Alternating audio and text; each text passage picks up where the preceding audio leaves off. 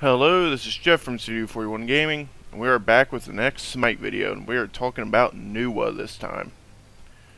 So this is the God Builder build I have, and as we see, the first is Shoes of Focus, so we get some cooldown reductions, some movement speed, and some mana.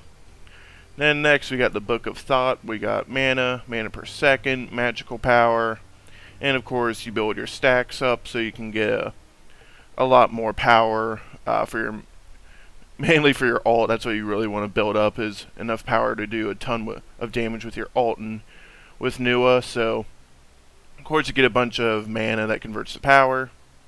Next we got Banecroft's Talon, and right now this is like the best magical item in the game. For 2,300 gold you get 100 magical power and a pretty nice passive that gives you life steal, and of course the less health you have, the more damage you will do. Next we got Pythagorem's Peace, so we got a nice magic aura, some more mana, some power, some more life steal and cooldown reduction. Next we have Soul Reaver, which we got a bunch of magical power, a bunch more mana, and it's a nice passive, so when a god takes damage from one of your abilities, they take an extra 10% of their maximum health in additional damage. So that's really nice. And then lastly we have the Rod, which gives you a ton of magical power, some more mana per second, and of course its passive, which is freaking godly, bunch more magical power. And then we got Beads and Amulet for your Relics. And then for abilities, Nu Wa's passive is Strength of the Wood. After 5 basic attacks, her next basic attack will root enemies, which is pretty nice. It can be real nice if you have just need it in a pinch. So don't rely on it, because you might forget you have it and then just accidentally basic attack a minion or something. Then her first ability is her Mysterious Fog. I think everybody's seen this at least once. Just sends out a thing on the ground that can hide allies, and it does some damage. And then we got Clay Soldiers, where Nu Wa will spawn in some soldiers that once she breaks one, she will do some damage. They'll stun and then do damage, and they also reduce magical protections when they hit enemies.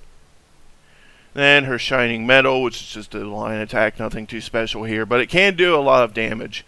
If it hits the clay soldiers, it can wreck shit.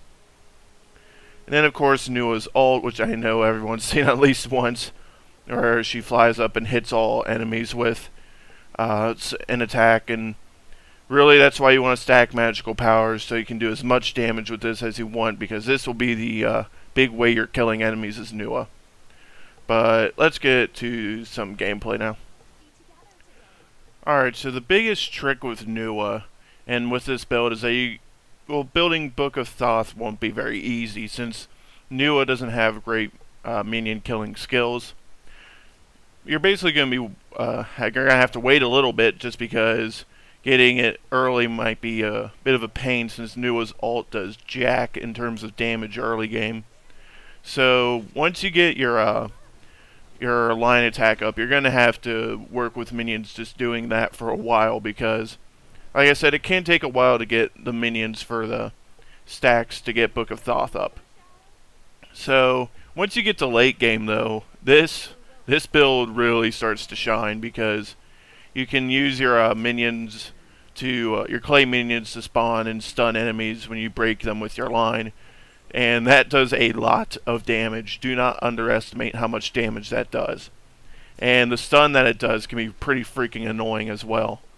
So you're going to be basically doing that most of the time. Just spawn your clay minions, break them with your I think it's blazing metal or something. But you do that, and then whenever there's an engagement, enemies are running away and they're low health, just pop your ult. It can do pretty weak damage early game, and by weak I mean it will maybe hit for 100.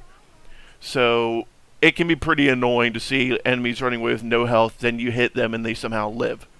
But just keep working with it, and once you get to late game with this build, that will start hitting hard. so you'll be able to get double kills sometimes. And one time I was playing Nu Wa, and it wasn't with this build, I was just trying her out. I had a triple kill to win the game with Nu Wa's ult, and it was like 15-3. So it was it's probably the highlight of my Smite career. But just don't underestimate Nu Wa's damage dealing abilities. She will end up near the top of the damage charts, and it won't even feel like it, but you will get a lot of damage from this build.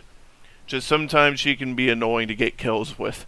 But that's Nu Wa, and thanks for watching.